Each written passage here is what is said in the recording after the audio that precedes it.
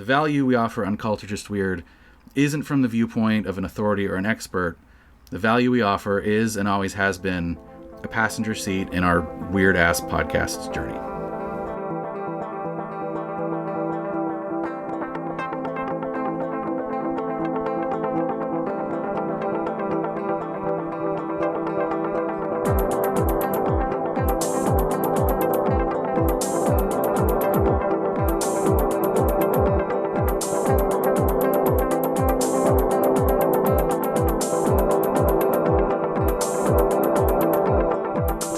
Welcome to Culture Just Weird. I'm Chris.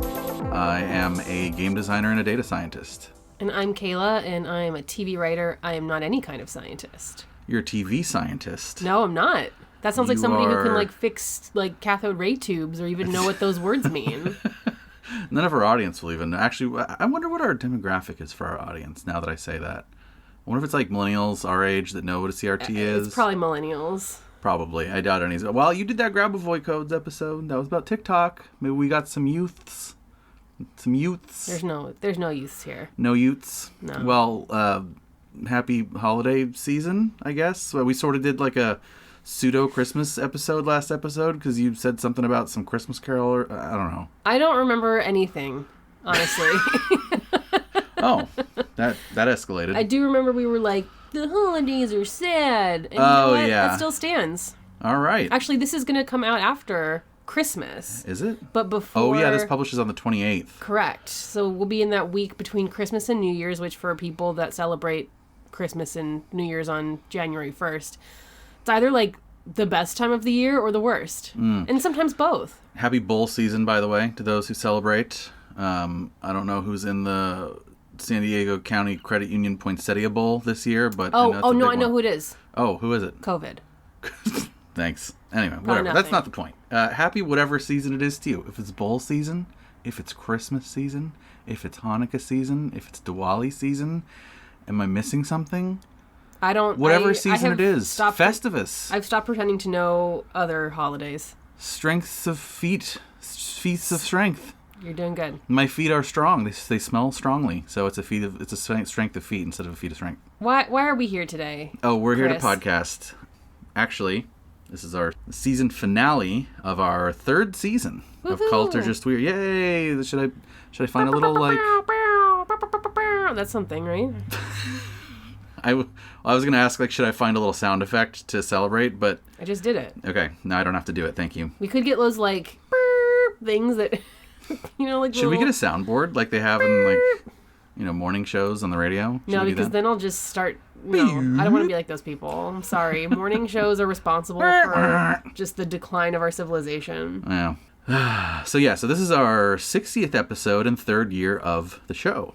Jeez. It has been quite a journey, hasn't it, Kayla? I love this show. You love your own show? That's good. As if it were my own child.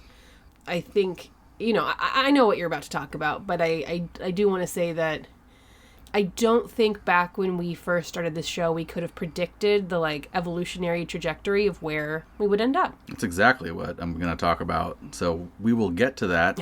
I didn't, you know what? I didn't include this, but I didn't know we were going to have a catchphrase. That's pretty good. Okay, but all the best catchphrases didn't know they were going to be a catchphrase. You don't think that Jaleel White just knew in his heart that did I do that was gonna... I like how you're implying that he came up with that and not a writer. Well, I don't know. Actually, yeah, you're probably right. Oh my God. I don't know though. Oh, that's wild. Because I'm pretty sure that the Steve Urkel that we know and love was largely created by Jaleel White himself. I think he had a lot of the vision. I don't know if it was his character, but I think he saw the breakdown for this character, went in for the audition and was like, this is how I'm going to present Steve Urkel. Could be urban legend. I could be making it up, but I don't know. I choose to believe. But yeah, it's been a journey on the show, which is the subject matter of today's show. The journey that Kayla and I have been on with Culture Just Weird, and the journey that you, the listener, have been on with us. Where we started, where we are now, the things we've learned along the way, It's about the friends we made along the way. The podcast is the friends we made along the way. And finally, a little bit of intention setting as to what may lie in store for the future of the show. That's what you're supposed to do at the end of the year and the beginning of the new one. Yes, exactly. Literally, my next sentence of my obviously scripted script was, that's kind of an appropriate thing to do here at the changeover of the calendar year, right? Yeah, bitch. Yeah, I love being seasonally thematic. I love having seasonal depression. That's what season thematicness is. That is part of the theme. Season 3 finale, The Journey of Cultists Weird. We'll get to that, but first, stats. Yeah, stats. What's stats? Stats. Oh, like statistics? Statistics. You're just sitting there, you're like, yay. Well, I don't think my brain... Everyone loves stats, My Kayla. brain read stats as S-T-A-T-Z. Stats. Like... Now comes the time on Sprockets and we stats. So, stats. Yes, statistics. Yes, give me the numbers, Yay, baby. I love numbers. Stats. Oh, you know what? Actually, you know what we should do? We should do like a fun guessing format. Okay. I'm going to try to order these from easy to hard. So I want you to try to guess numbers for each of these thoughts. Okay. Okay. First, total number of episodes. 60. Oh, you're wrong. It was 59 at the time of this recording. I can't believe you got that. That's actually no. 60. I think that's technically correct. Also, it's well, correct. there's the little outliers of like the memorial episode, and then there was like the episode that you published by accident from your other podcast, and then there was like the delay notification. But bottom line is you are listening to the 60th real episode. Do you want to know, as of the time of this recording, what our total number of downloads are? This is only for the quote-unquote real episodes. I cut out all the mistakes. So you're talking total? Yeah. Yeah, I can't guess. Ballpark it. 2. Yeah, it's 2. We have 2 total. Yeah, it's you and me. That's it. It's in the thousands, but I don't remember if it's in the like... What do you think it is? Like 2,000 or like 60,000? That was close. It's 69,000. Are you kidding? Thank God. 587. Unfortunately, It wasn't like I missed 69,420. Ugh, bummer. I know. Elon Musk would be disappointed. So yeah, this is totally like a self-pleasuring stat. Like it's not whatever. It's just like, hey, look how cool we are. But I don't know. I think it's still pretty cool. And if you do the math, that comes out to an average of 1,179 downloads per episode. Hell yeah. That's crazy. Why are all of you listening to this? I don't know. You shouldn't. Are you okay? Stop it. Go see your doctor and tell them you're listening to the show. We love you. Would you like to try to guess our top 3 platforms that people listen from? Oh, I looked at this one time. I think Spotify's up there, right? Spotify is number 1. Apple Podcasts? Spotify is responsible for about 8% of our total downloads. Apple Podcasts is next. Good guess. That's about 3% of our total downloads. And you probably won't get the next one because it's weird. It's like something weird. It's Apple Core Media, which I'm like... Wait, what's that? I don't know. I think that's just the same as Apple Podcasts. I think that Apple Core Media might be... No, I think that like Apple Podcasts is like I listen to it on iTunes, and then Apple Core Media is like API integrated stuff with Apple. iTunes but doesn't exist anymore. Well, it's Apple Podcasts is the old iTunes. That's what I mean. You're listening to it on Apple's thing or something else that's integrated with Apple. I think. Don't quote me on that. Anyway, each of those is about 3%. Okay. And then it kind of drops off after that. All right. This one's slightly harder. Total number of groups we've covered on the show. What do you think? Oh, like what do you mean by group? Like a topic. Like we have, because like we've done like a lot of multi-parters, right. So it's definitely not 60. Right. So we've had 60 episodes. I'm going to say 40 groups. That's close. How much? 37. Oh, I was going to say 35. Ooh, that 37's right smack in between. Well, list them all right now. Still yeah, okay. That'll be real fun. Scintillating podcast content. I was a little surprised at I was like, I think if I would have guessed, if you were asking me this, I probably would have said like 45. Interesting. But we did a lot of episodes. We've done a lot of episodes on QAnon, multiple episodes on anti-vax, multiple episodes on the Amish at this point. I mean, like, even back in the first season, like, I did 2 episodes on Spirit Halloween. We've had episodes where... What a waste. No, get out of here. I love Spirit. Those were good episodes. I love Spirit Halloween. We've had episodes where we haven't talked about a specific topic, like this one and some of our other finales. I mean, we've done we've had the useless filler content, like this thing you're listening to. The Tulpas have covered 3 episodes, right? That is true. There was the 2... the two topic episodes, and then the next season we had an interview with Nikto and Susie. So anyway, if you wanted to break down by season, we had 14 groups in the first season, 12 on the second season, and 11 in this third season. Oh no. Why oh no? Because it's decreasing? It's either we're getting lazier or we are deep diving.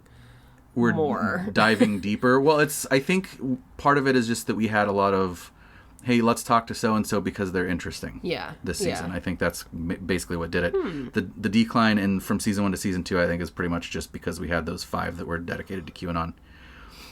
Okay, how many countries do you think we have listeners in? Oh, I've looked at this too. 100. No, much smaller. Oh yeah, that was a fake guess. 22. Wait, that was a fake guess? I mean, there's like 100. No, that's not how it works. You can't just say it was a fake guess if you get it wrong. Because if you got that right, you would have been like, oh, I'm so smart. It's clearly not 100. I'm sorry.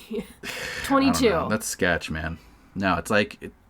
No, it's much higher than that now. Tell me. 58. Oh, shit. Yeah, that's a lot of countries. Do you want to guess the top 5?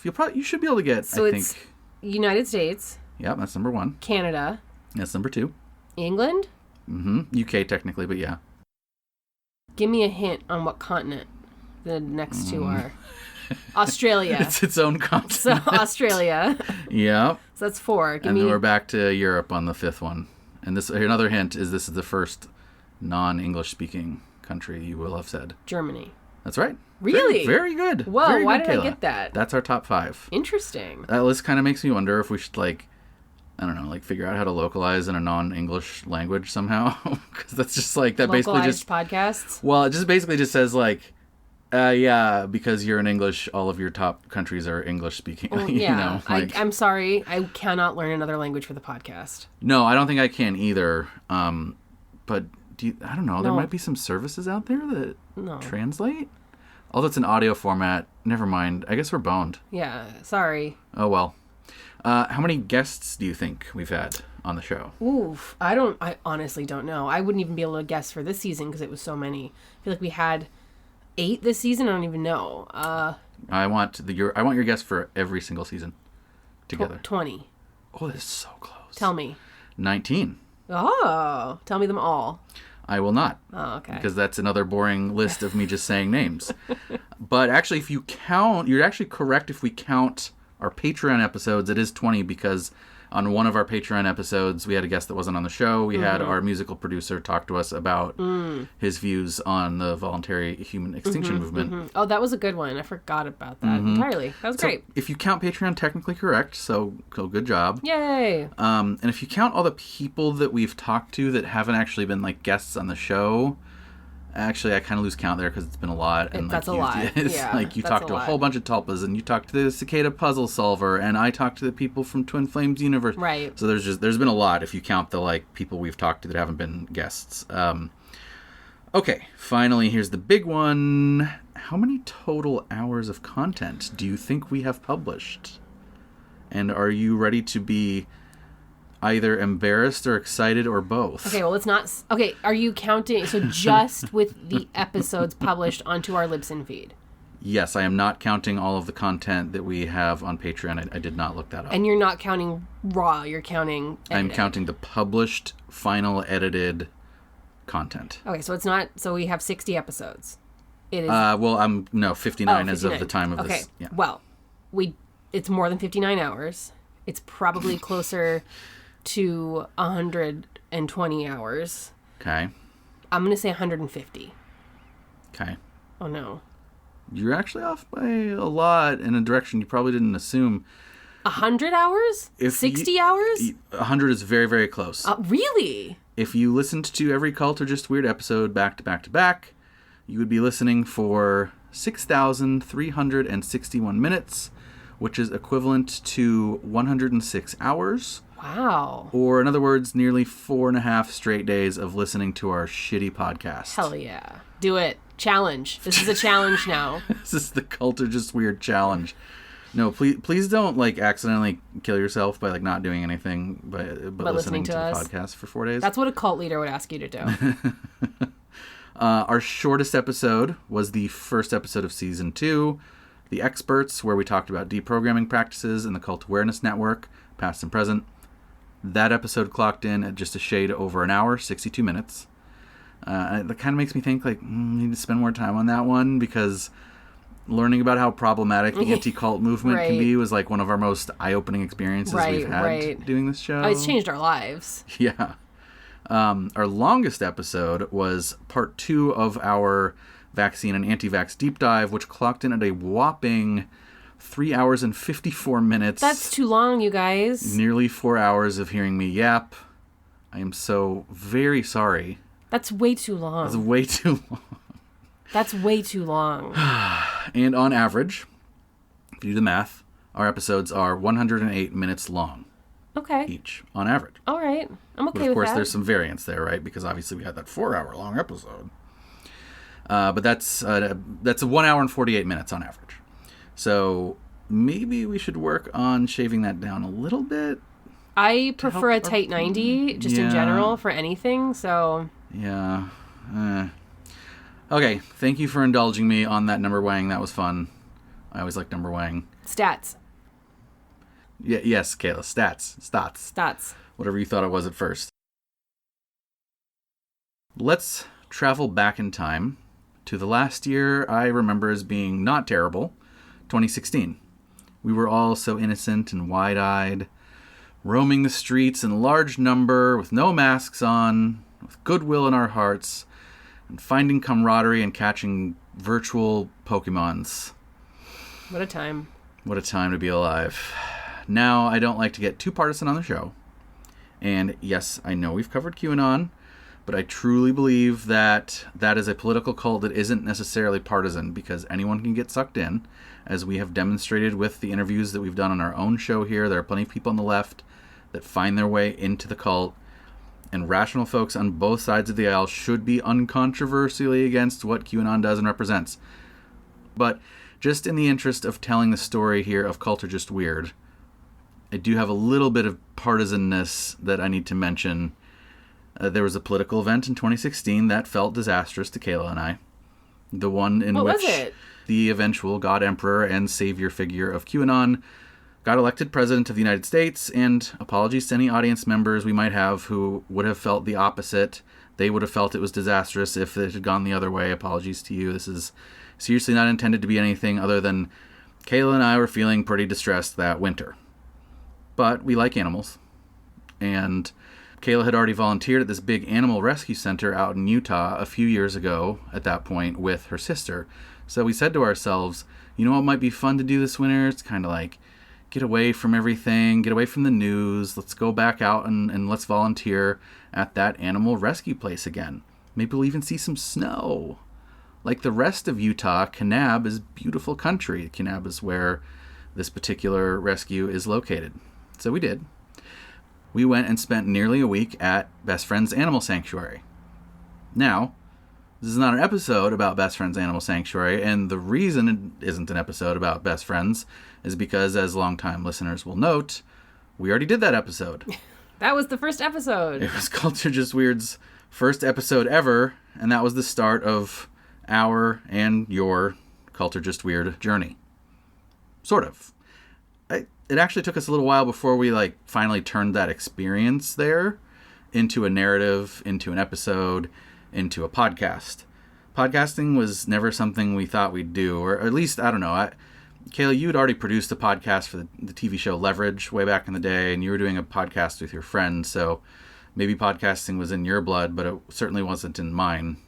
Do you feel like that? Yeah, you were just kind of like a lump on a bump on a log, and I was doing it all. Well, that's okay. I don't know if I'd characterize it that way. No, I am utilizing hyperbole in order to showcase. The utilizing opposite. Hyperbole. Yeah, it's my favorite thing to do. It's my favorite hobby.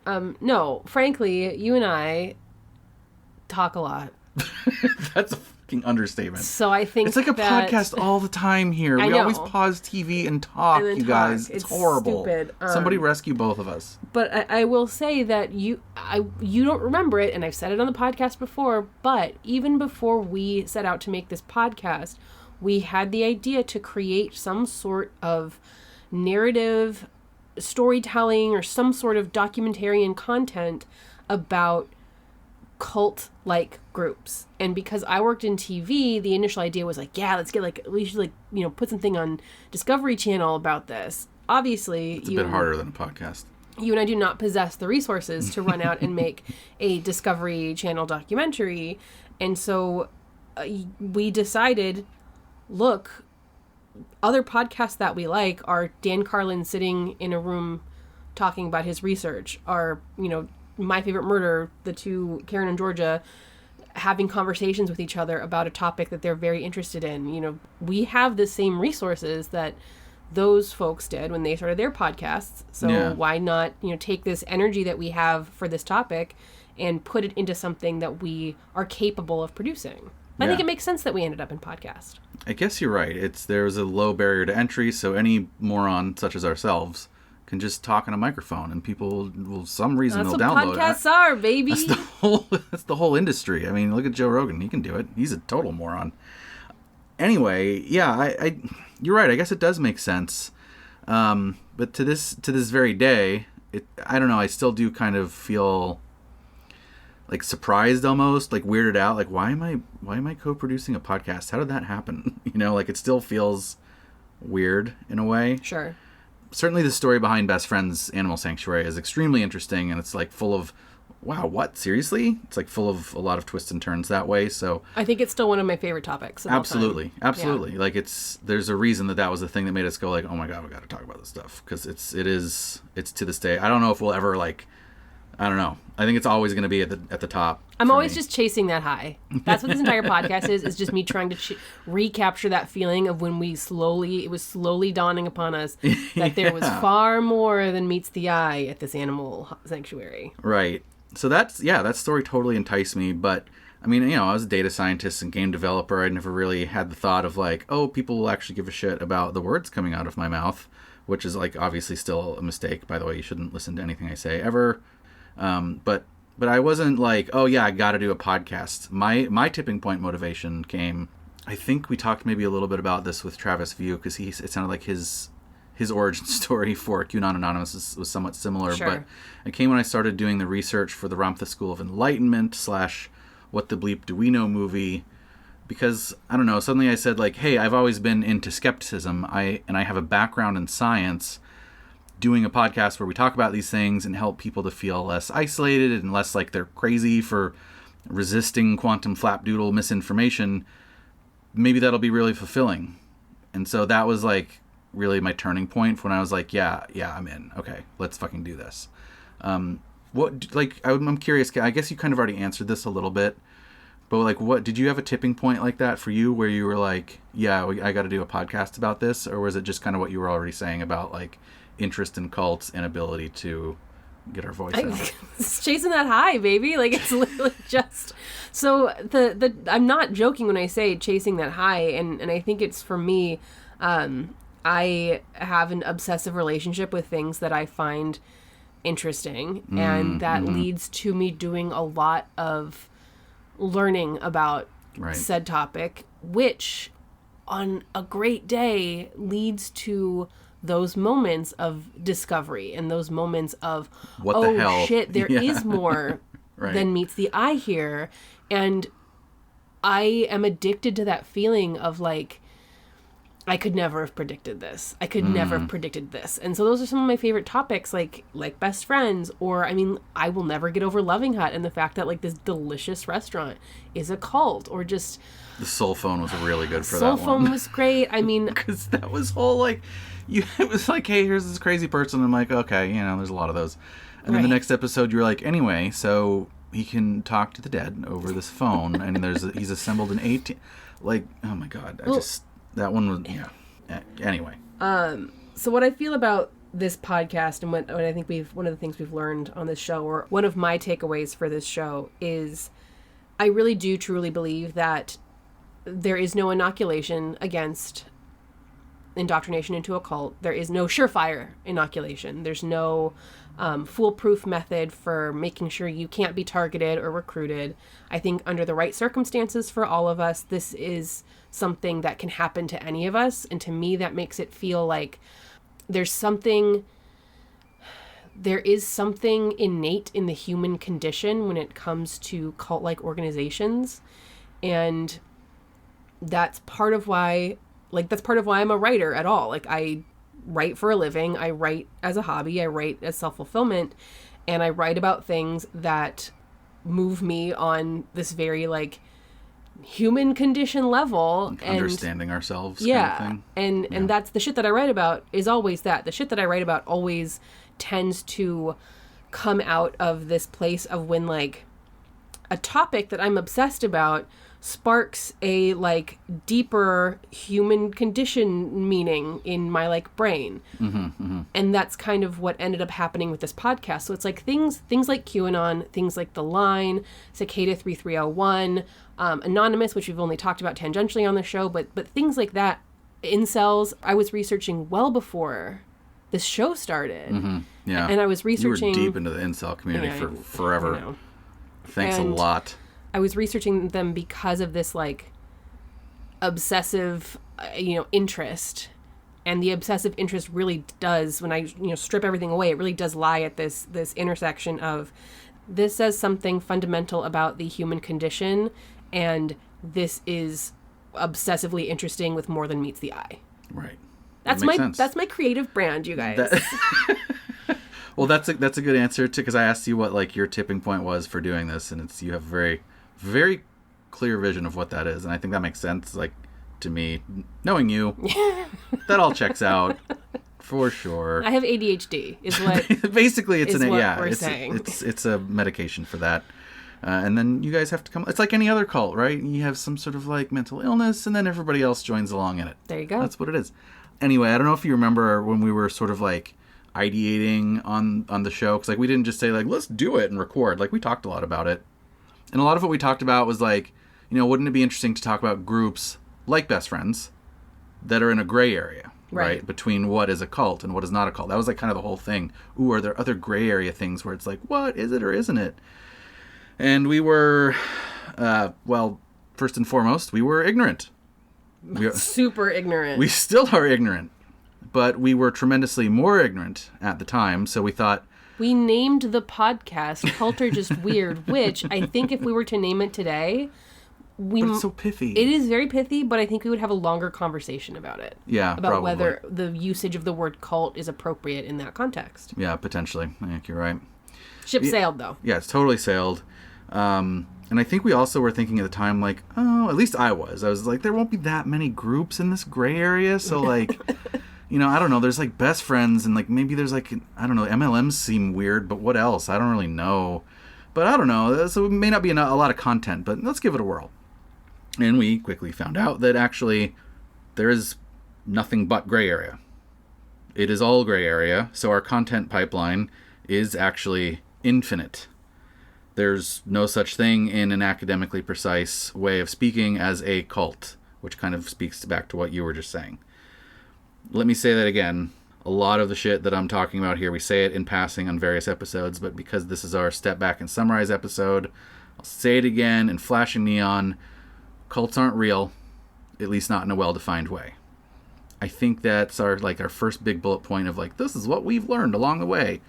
Wouldn't you say? Right? That's kind of the biggest one, maybe? Yeah, I think that it's very hard to accept the fact that, cult is an imperfect word. Yeah. So, yeah, but I think, importantly, like, that doesn't mean that cults don't exist. Like, they're not real, but they don't not exist. So What I mean is, like... Because, like, if we were just talking about, like, 100% fake news, like, all this shit is fake, like, we wouldn't have continued the journey of the show. So the way I like to think of it is like, cults aren't real in the way that, like, chairs aren't real, right? I hate you. Why do you hate me? Because I hate this example. I can show you pictures of a dozen different objects, and you can just sort of, like, point out which ones are chairs. Or you can be like, that's a chair, that's a chair, that's a chair. But when you, like, really scrutinize closely, things start to break down. Like, what if I use this tree stump over here to sit down every time I'm on my computer? Does that make it a chair? What about this throne of, like, King Louis XIII sitting here in this museum here? Is that a chair, even though nobody sat on it for, like, hundreds of years? Is a toilet a chair? Was King Louis's throne ever even a chair in the first place, or was it always actually a symbol of power? Yeah, is a toilet a chair, or is it a toilet. Shitter. Instead of plumbing. And so I think cults are similar. Is a kitchen counter a chair when you sit on it casually at your crush's house? You do that little, is that what you do? Girls do that. Okay. No, anybody hopping up on a counter is cute. Yeah, I ain't doing that. That's not happening. But I think cults are similar to that sort of like, what is a chair, right? It's like we as humans have a mental heuristic, like a mental like rule of thumb for what we think a cult is. We can do our rough intuitive judgment, and that's good enough most of the time, right? We can say whether something feels like a cult or not. Like if I say to you, this group seems cult-like, you now have a sense for the properties of that group, even if you don't have like a precise or detailed understanding of the group in like a very minutia sort of way. Right. Right. So the same way if I said like, this piece of furniture I'm talking about is a chair, you now can like have a fuzzy sense in your mind of like the properties of that piece of furniture. You can kind of picture it, even though you're not sure, like maybe it's tall, maybe it's wide, maybe it's skinny, upholstered, wooden, made out of stone. Somewhere on the spectrum blah, between blah, blah. stump and kitchen counter. Yeah, toilet smack in the middle. That is the chair spectrum, y'all. But that's kind of how I view it. I know you said you hated that analogy, but like I just hate it because it hurts my brain. But does it also heal your brain? No. Great. Okay, so anyway, I hope that I've hurt everybody's brain. This has been Cult or Just Weird. No, I think that is where the discomfort lies in the fact that cult is an imperfect word and that cults aren't quote-unquote real. There's not then an answer. It's just, right. This isn't real, or this is an imperfect word. There you go. Like but maybe we can describe it, right? And that actually brings us to everyone's favorite part of the show. Oh, you found a piece of paper. The paper crumple. The cult criteria. We knew right away, of course, if we were going to have a show called Cult or Just Weird, where we'd be deciding whether groups were cults or just weird, we couldn't just say, like, yeah, it feels culty. All right, okay, bye, tune in next week. We need a rubric. Yeah, we knew we needed some way of evaluating. So going back to the chair analogy that I know you love so much, if we're going to do a whole show about whether an object is a chair or not, it's not enough to say, it feels sittable. We got to say whether the object has 3 or 4 or 5 legs, whether it has a back, if it's made of wood, plastic, or metal. A flat surface upon which to rest your posterior. Yeah, how big it is, and so on. The posterior or the chair? The chair and the posterior. Gotcha. It's really the relative size there. It's the ratio of... Yeah, the ratio between posterior and chair size. That's the most important thing. Flat surface size. So you and I sat down, complete and... on a chair. Utter non-expert... It might have been a couch. Is a couch a chair? Yes. Oh, jeez. I know. So is a bed. I don't... Okay, stop. Let's stop right here. So we sat down on something, complete and utter non-experts that we are, and in a fit of blindingly irresponsible hubris, we made a list of cult criteria. At that time, there were only 6: charismatic leader, expected harm, presence of ritual, niche within society, anti-factuality, and consumption of life. And I don't want to suggest now that we did zero research to come up with these, because we did do some. But these were primarily based on discussion about what constitutes a cult in our own minds. Right. Again, going back to the chair analogy, if somebody said they saw a chair, what are the things that you start picturing? Legs, back, sitting surface, etc., the things I mentioned before. The presence and style of these elements makes something feel more or less chair-like, and so this is basically what we did with the cult criteria for the show. The presence or style or absence of these elements makes something, to us, feel more or less cult-like. Was that irresponsible of us? What do you think? No, I don't know if it was irresponsible, but it was certainly... I don't know. I don't know. Fuck it. I mean, I have an answer, but I was just curious what you think. Maybe. I don't think the criteria have had a lot of like have done a lot of measurable harm in the world, so it feels okay right now. But like, if tomorrow CNN put up our criteria as like, these are the definitive, right, list of cult things, I would feel pretty upset by that. Yeah. So I don't know. I mean, I think that's part of why it's important to have an episode like this where we talk about like, hey, the criteria are not like, if criteria are imperfect. If it's A, then then it's a snarf or whatever. I don't know. If it's A, then it's a snarf. If A, then snarf. It's not about that. It's about actually what I'm about to talk about is that my answer is that I actually like the criteria. Like if you asked me, was that irresponsible of us? I'd be like, maybe a little, but I actually like them. And it's precisely because literally everything is gray area that we talk about, right? Like as long as we are clear about that, then in a world where there's no well-defined line between what is or isn't a cult, then what's actually important, what's salient and enlightening is to talk about the specific properties of that thing in detail. And I think it's the criteria that help us do that, help us crystallize those things at the end of the show. Actually, yeah, I think you're right. I think that's something that I think we were filling a need for ourselves because I think that because the word is imperfect and because it's not a real like academic word, it gets thrown around a lot. And especially since doing the show, when somebody is saying like this thing is a cult, NXIVM is a cult, like when we're watching a documentary or whatever, NXIVM is a cult, Scientology is a cult, this MLM is a cult, I'm going, you're not defining what that means. You're utilizing a shorthand. You're assuming that you have the same shorthand for this word as your intended audience, and that without anybody clarifying what that means, we're all assuming a lot, and that feels, why that's a reason why the word is so useless in some ways. Right. Yeah, it's like I don't know if the entire audience is picturing the same chair that the person on the NXIVM documentary is when they say chair, and since they're not describing the chair, it's like, okay, I hope it's the same. And especially is it a recliner, is it a rocking chair? Right. Or especially because it's like cults, it's kind of like I don't know, the pejorative and like the assumption of abuse and that sort of thing there too is like actually maybe it's an electric chair, so it's we should probably try to get this right. But yeah, I think that the criteria help us do exactly that. So like groups that have a single charismatic leader that feel like there's a power imbalance and one human has undue influence over other humans. Right. That feels cult-like. Groups that cause harm to their members, whether sexual abuse or other forms of abuse that are normalized or where families are separated or bank accounts are drained, those groups feel cult-like. Groups that have a lot of ritual activity that may be obtuse to outsiders feel cult-like. After all, humans are suspicious of what they don't understand. Groups that are smaller and more niche within their culture feel more cult-like. And this criteria, I think, has always really showcased that cult need not be a pejorative necessarily, but because a niche group hasn't been accepted by the wider culture, like, say, a major religion or corporation has, it feels more cult-like. Right. Groups that deny basic facts of reality, offer their own reality, and have logical mechanisms in place to prevent dissenting thought, feel cult-like.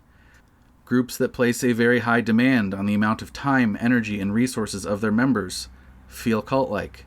Groups with a highly dogmatic belief system, we are right and everybody else is wrong, tend to feel cult-like.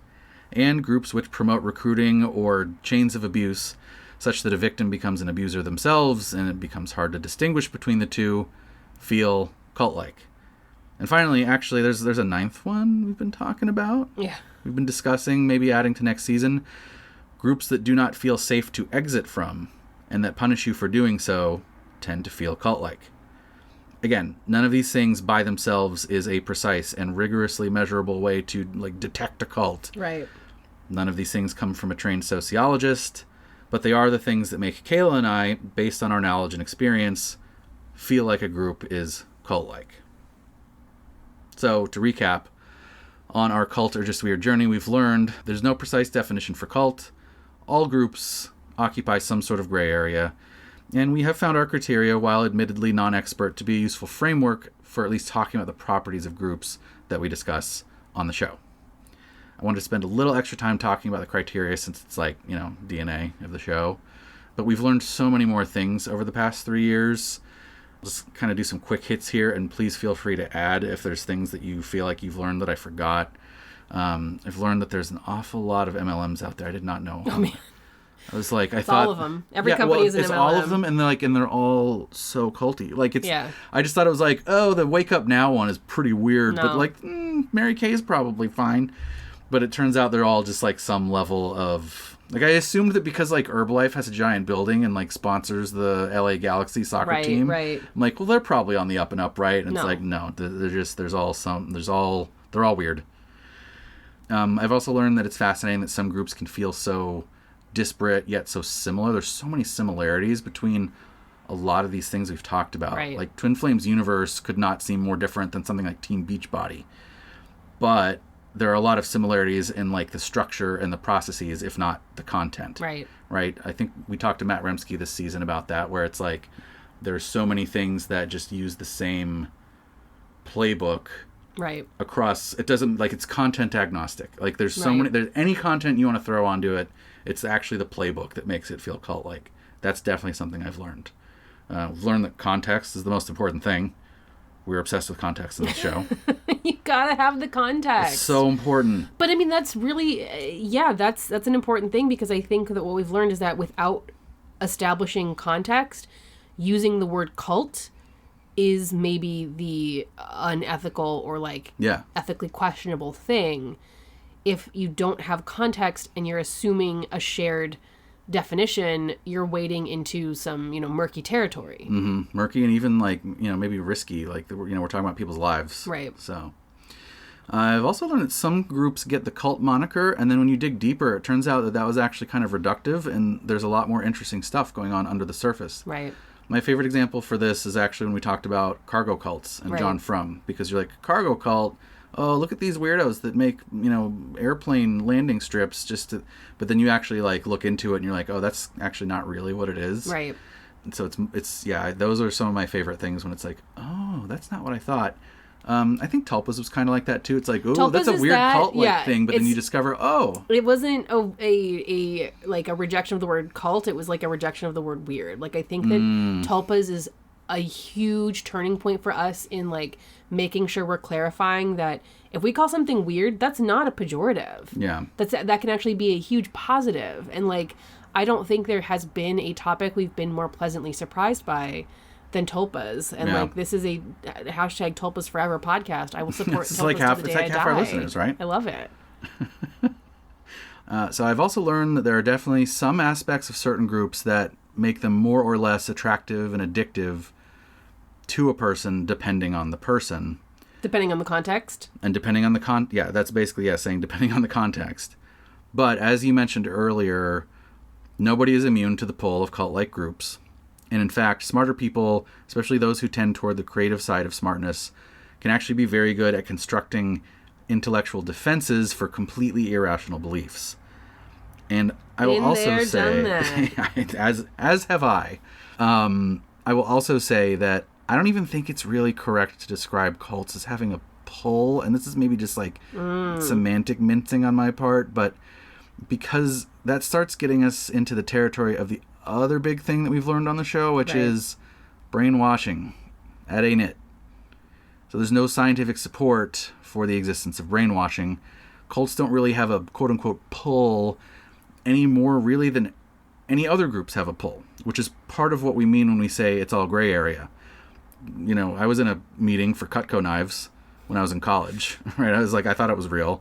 So if I wound up selling Cutco knives in college, did that mean that I was brainwashed by the Cutco MLM?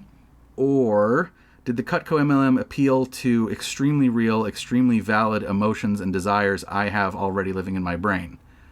And that you had at the time as a college student. Yes. So if I sold Cutco, again, was that because I was brainwashed, or because I simply bought the lie that I was going to make a ton of money when I needed it a lot, and I was influenced by that underlying desire to accumulate wealth and prestige? Did my mom sell Mary Kay because she was brainwashed, or because it gave her a real sense of camaraderie with her friends, and got her out of the house, and taught her things about sales? Do people get brainwashed by Q posts? Or is it that the Q mythology gives them a sense of hope that they so desperately need, that we all so desperately need, and other QAnoners give them a sense of community, and the knowledge they get from Q posts fulfills their desire to have this like secret knowledge and feel in control? So I do think it's appropriate when folks talk about like cults and cult leaders exerting undue influence, but I think we have to be careful about what we mean. When I say undue influence, what I mean is nearly every group, cult or otherwise, every group of people uses some form of influence, some form of like, I have something that you want. Right. If you've ever worked at a company. Right, exactly. But when that influence is exploitive, and accumulates resources on one side and suffering on the other, it's undue influence. Again, if you've ever worked at a company. Hashtag not all companies. But that is a good point. Like, we can say, okay, Scientology is cult-like because it does accumulate resources on one side and suffering on the other. But, so do a lot of, so do certain corporations, so do certain companies. Like, look at Amazon. Other groups. So, like, yes, you might call one a cult, but, like, is the other one exhibiting cult-like behaviors by doing that? Right. By using people's underlying needs and desires to manipulate them. Right. They're both doing that. So all of these groups we've talked about on the show, from Best Friends to Teal Swan to Cicada 3301 to Twin Flames Universe to QAnon, Anti-Vax, Tartaria, Zumba, the Graph-Boy Codes, Pleistocene Park, the Amish, and all of the other ones. It's been us doing the research and discussion of these groups that have given us these learnings that I've been talking about here today. And that's why I wanted to share those learnings with you. Not you, Kayla. You, the listener. You don't want to share anything with me. I'm very selfish, especially cookies. But it's because you, the listener, you are on this journey with us. And that's really what this podcast is about. Kayla and I are not psychologists. We're not sociological researchers. We're not trained journalists. We, like everyone, have been involved in some form or fashion with groups that one could reasonably consider culty. But we are not trained experts in this domain. Now, perhaps we are on a journey towards that expertise. And like all good educational journeys, there isn't an endpoint. So the value we offer on Cult or Just Weird isn't from the viewpoint of an authority or an expert. The value we offer is, and always has been, a passenger seat in our weird-ass podcast journey. I think then we should talk about where the journey goes from here. We've talked about the journey up into this point. So let's talk about what the journey looks like going forward. Is this so people can decide if they want to get out or not? Yeah, this is, we've pulled over, we're at the bus stop, we're going to talk about some things, and you can decide if you want to stay in that passenger seat. Spoiler alert, get the hell out. This is the end of the line. Like Chris said, we've learned a lot over the past 3 years of the show. The evolution of the show has largely been shaped by the way current events unfolded since 2016. Mm-hmm. In a lot of ways, the kind of groups we've always been interested in, those kinds of groups that really grabbed at our brains back in 2016, and specifically the kind of group dynamics exhibited in those cultures, those have become more and more in the mainstream. Mm-hmm. That's a fraught way for things to evolve. Yeah, I mean, I talked about, the thing that got me, that tipped my interest here was, let's talk about Romp the School of Enlightenment. Yeah. Neat. I can debunk that dumb little thing. Right. And now it's that's everything, everywhere, all the time. Everything is Romtha. It's maybe not the greatest thing in the world that we can see cult-like tactics all around us, and it's not even just that we're seeing them all around us, it's that we're seeing them in power all around us. We're seeing them shaping society all around us, and they're not going anywhere. I'm going to get a little bleak, but it's not bleak. It's not bleak. It's just going to sound bleak. COVID is surging with a vengeance. People are still trapped on the internet. Our political landscape is more and more radicalizing and divisive. In the States, we have fewer social safety nets than we did a year ago. The climate crisis continues to loom. Income inequality continues to worsen. The world is a scary place to live in right now. And the scary world is full of folks either, one, desperately searching for a crumb of anything to help them cope, or two, folks that are selling or promoting things to others under the guise of helping them cope. And a lot of those promoted coping mechanisms, as we have seen, fall into cult-like tactics. As our economy worsens, more people will turn to MLMs or prosperity gospel. As areas of the world become uninhabitable or experience more extreme weather disasters, we're going to see more people turn to climate denialism or to magical thinking. As more and more and more people contract COVID or die from it, we're going to see more and more people emerge with anti-vax, anti-mask rhetoric. We're going to see people turning more to fraudulent faith healers, false resurrectionists like we saw with Grabavoy, those kinds of things. Full spectrum of wellness fraud. Yeah. As our political landscape becomes more divisive and identity-based, cult-like mentality and high control will infiltrate what it means to identify as a member of a political party. In short, QAnon's not going anywhere. Anti-vax, science denial, pyramid schemes, cult of personality, They're not going anywhere, and we are currently steeped in cult culture basically in every corner of American society. And that's part of what's so overwhelming with COVID. It's not just there's a virus rampaging, it's what it has done to all of us individually and all of us in a society. We were like a fragile pane of thin glass in terms of our information hygiene and infrastructure. Right. And COVID just came in and wrecking balled it. And that's not good. So, I have a question. Wait, when does it get not bleak? I didn't catch that. Sorry. Maybe, I don't know. I have a question for you. Yes. How do we stay safe and sane while we're living in a cult we can't escape? Yes, please. Wait, do I have to answer that? Because I don't know. I mean, I know a little bit of what we've talked about.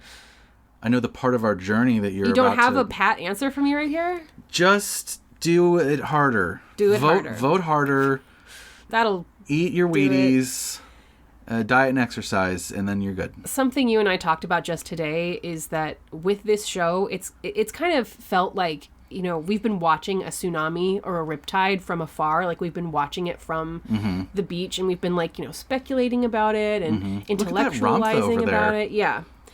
And now, in 2021, going into 22, we have to accept the fact that the tidal wave has hit us. We are currently caught in a riptide.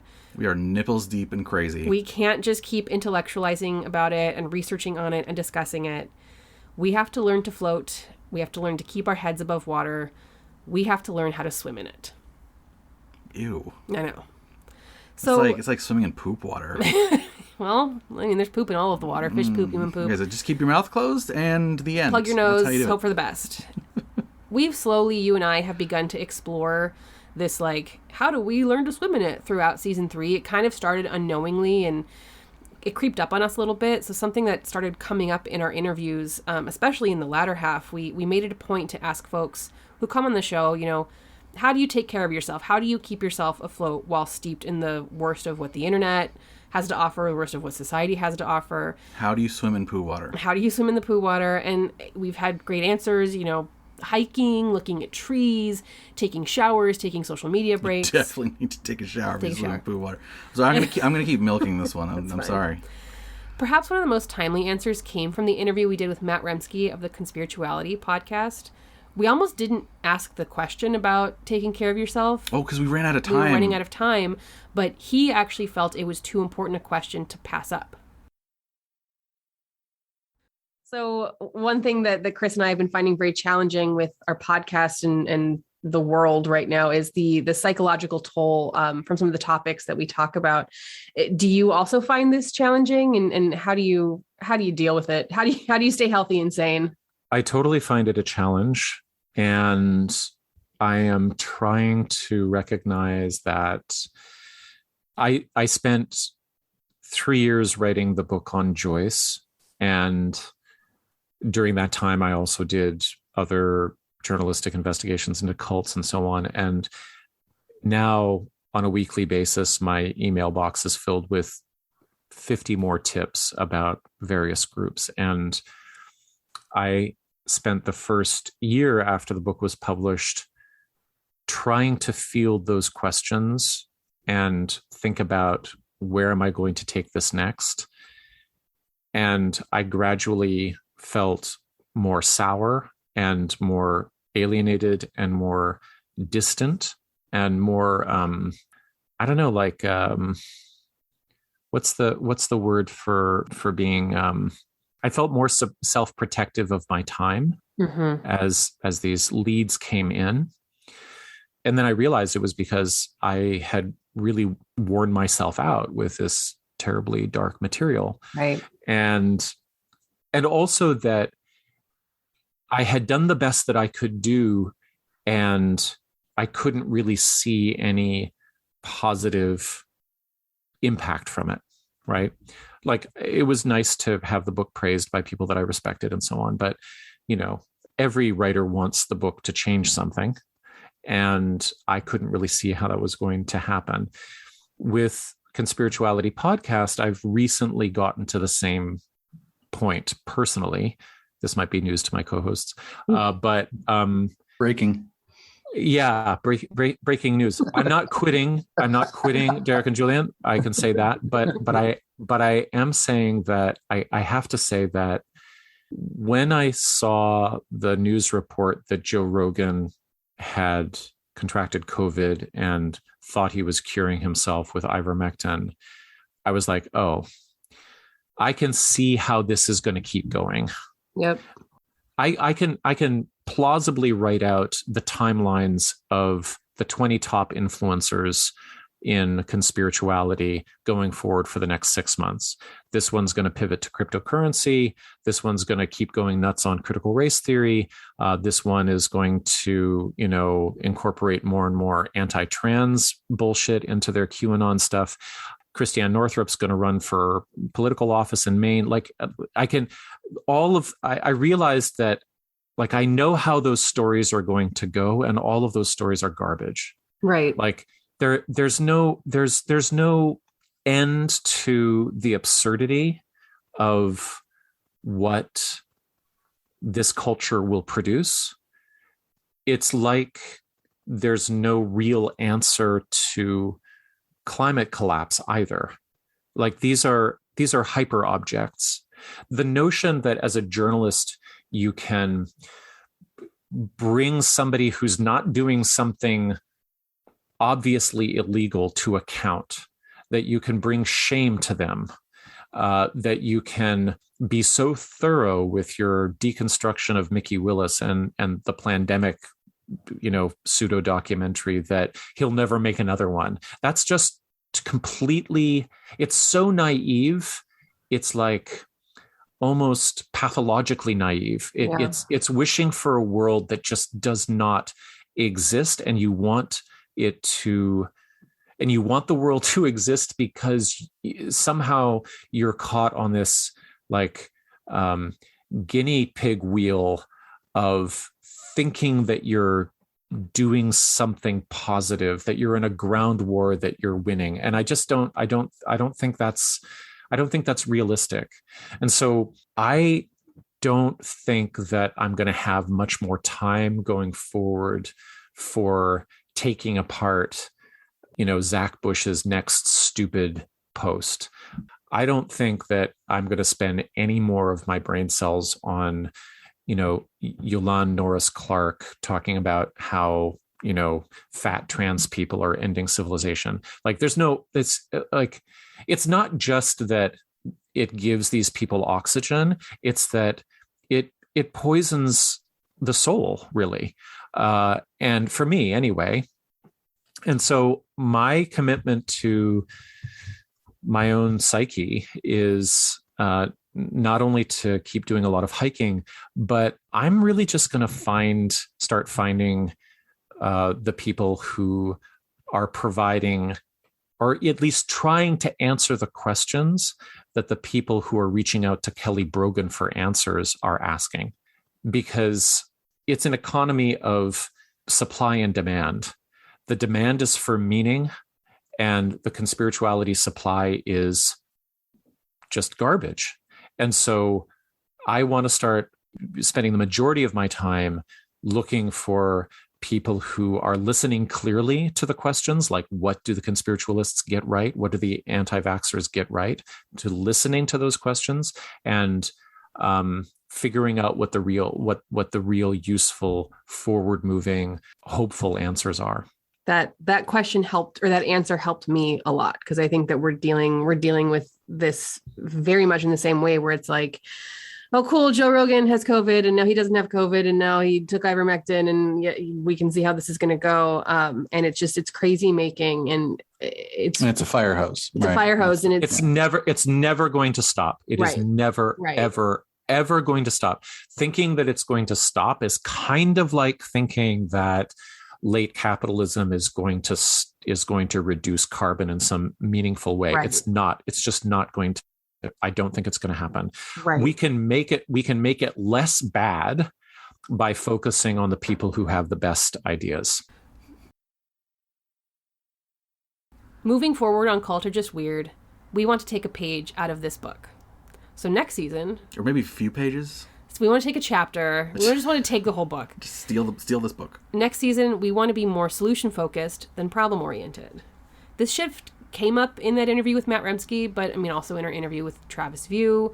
Travis talked about taking a step back from shining a spotlight on like every horrible QAnon disinformation related topic that springs up on the internet. Mm-hmm. Matt Remski in that interview talked about being able to like see the future of how all of these fraud influencers will play out, and both of them talked about how like the plethora of conspiracy theories, cults, and high control groups on the internet and out there in the world is just like overwhelming, and so all of that really got us thinking. So now more than ever, in these unprecedented times... I love your marketing speak there, Kayla. That's really, you could be a chief marketing officer. I'm just trying to say that, like, before any other point in history, at least in our lives, we at Culture Just Weird basically have an infinite source of content for the show. It's like you talked about earlier. Yay? We'll never run out of content, and it's just becoming, like, that's just rapidly escalating. Right. Well, there's going to be too much content next year than there was too much content this year. There are a million more topics for us to cover, more topics than we could ever hope to cover. Like, we still haven't done a show on climate change denialism, or Scientology, or Herbalife, or PETA, or the January 6th insurrection, or the Moonies, or incels, or a gazillion other things. Like, even if we only did... Actually, that's the thing. QAnon Anonymous only does QAnon. Yeah. And they have a glut of... Like, they can't even keep up with it. Right. In our current time and place, what do we actually find meaningful about doing another episode on whatever 2022's version of Tartaria will turn out to be? How instead can we... Fartfaria. Tartfartia. I don't know. I'm getting a little punchy at the end of the season. How instead can we allow this show to become one of the helpers? That's a really good way of putting it.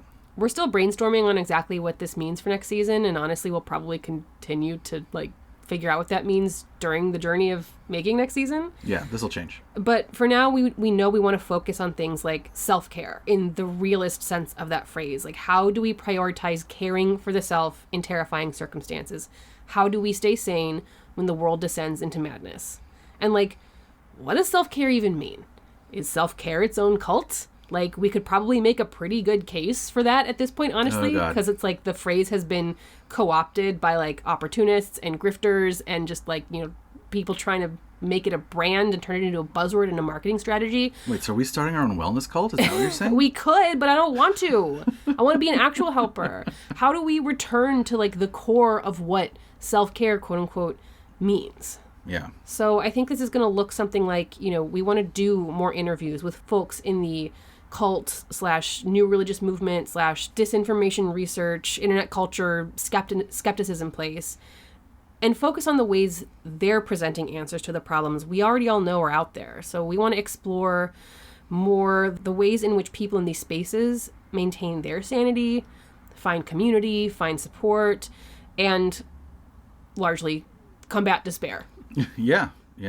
We want to connect with people who have extricated themselves from high control groups and learn more about those healing processes. We want to give our listeners tools to survive the cult-like culture we're living in. And I don't think this means that we're not going to tackle specific groups and topics from time to time like we have on the show. We probably will pick certain groups and talk about them, but the focus is just going to be a little different. It will come back to how do we find peace in our lives when this seems impossible? Because I think with a lot of these topics, it's just oh God, the world is an awful place and I'm terrified. So let's figure out how we maintain our sanity, maintain that sense of self in the face of all of this. To me, it feels like a shift in our intentionality. Right. Not necessarily a change. I think we're going to make a real effort to be less about the look at that crazy thing, look at that crazy thing, look at that crazy thing, and be more intentional about what are the solution-oriented things we can do? What are the self-care things we can do? What are, actually, I think what might have made a good, if I could say this episode actually could have lived in season 4, it would be the Pleistocene Park stuff. Yeah. Particularly the interview with Nikita Zimov, where it was primarily about solutions, not about hey, there's this crazy climate denial group and they're going to blow something up and fuck everyone. Like, it's more about the helpers and the solution-oriented and the self-care and just sort of pivoting that way in an intentionality sense. And I really keep coming back to the word healing as we talk about this. So if I were to predict the future, I think that there might even be some episodes where we talk about groups that you and I have ourselves been involved in and kind of focus the scope on those episodes of what the healing process has been like for us. Because that's, we bring a lot of personal experience to the show. So, why don't we share those kinds of things? Yeah, actually, if I could add that back to the list I was saying earlier about the learnings, I have learned that like you said, nobody's immune. It's not just that nobody's immune. I just think that everybody has been touched in some way because I have definitely been involved in some groups where if I go and look back now, I'm like, oh, that was pretty culty. Everybody, and I just think that's true for everyone. Everyone can look back and go, oh, that teacher was doing this, or that priest was doing this, or that boss was doing this, or that club that I joined was doing this, or that friend was doing this, or I read a book that I was really obsessed. Like, it touches all our lives because I think, again, going back to what we said at the top, like there is some measure of the human condition in all of this. Right. It's just a human thing.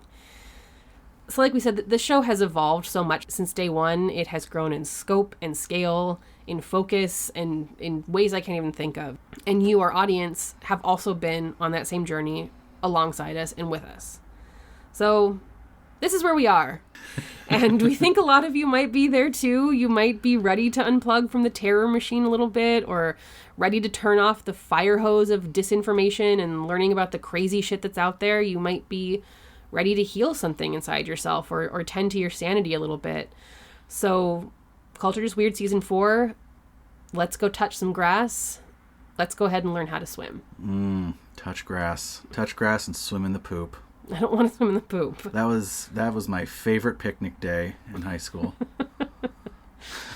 But yeah, I think the reason we keep sort of in this episode have been using that journey terminology is because of the reason I think that we're doing this is largely selfish, right? There's largely this like and actually even if you go all the way back to the beginning, there is a selfish element of, hey, we think this is interesting and I personally find it fulfilling to talk about skeptical stuff and you personally find it fulfilling to deep dive into your rabbit holes. And I think now we're finding that is interesting and cool. Like we still like that stuff, but when we make this podcast, I think selfishly for us, it will be much more beneficial to be solution, healing, helper, self-care oriented. Right. And therefore that's what the podcast will be about. And hopefully that's something that, you will continue to enjoy coming along with us for the ride for. Kayla, before we sign off for 2021 here, yes. I figured since this is like our step back, evaluate ourselves, take a breather, why don't we go ahead and evaluate ourselves with the criteria? Is this show a cult? Because we don't want to, like, we got to be careful now because we're not going to be like, that's the thing. We can't be saying like, yeah, we're going to tell you guys some wellness stuff to do. I don't want to do that. No, I'm not telling anybody wellness stuff This is like, we are going to be doing stuff that we talk about. Like, hey, we're like not about this to bring you idea crystals, of guys. hiking. Maybe that would be good for you too, but I'm not prescribing anything. I'm just saying we like touching grass. Yes.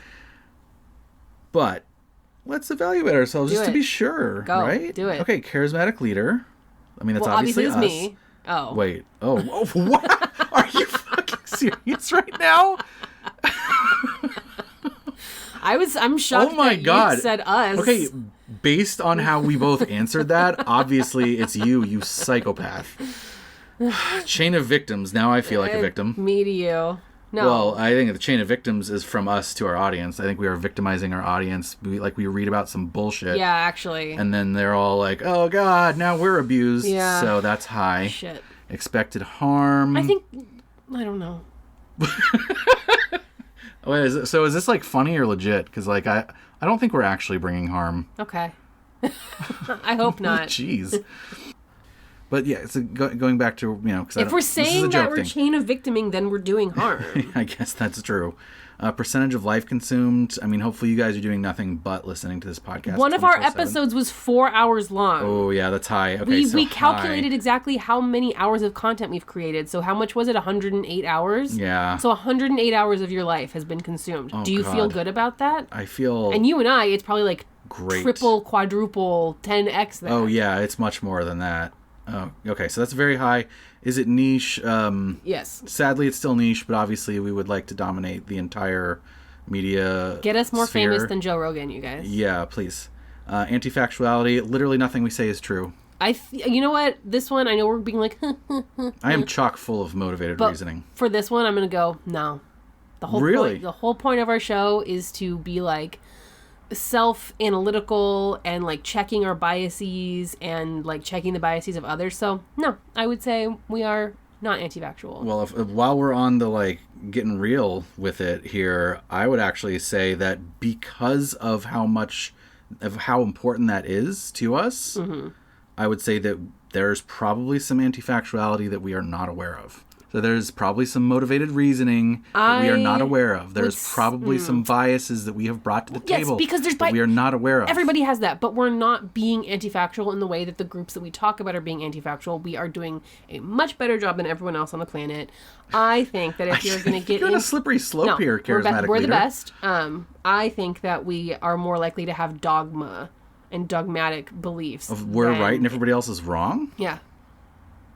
Maybe. Which is maybe anti-factual. Yeah, I don't know. Like those, now I'm starting to feel like that's a shitty criteria because those feel similar. Yeah. But it's, no, so I think that for anti-factuality, we do our level best to bring as much truth-seeking as we can to what we do on the show.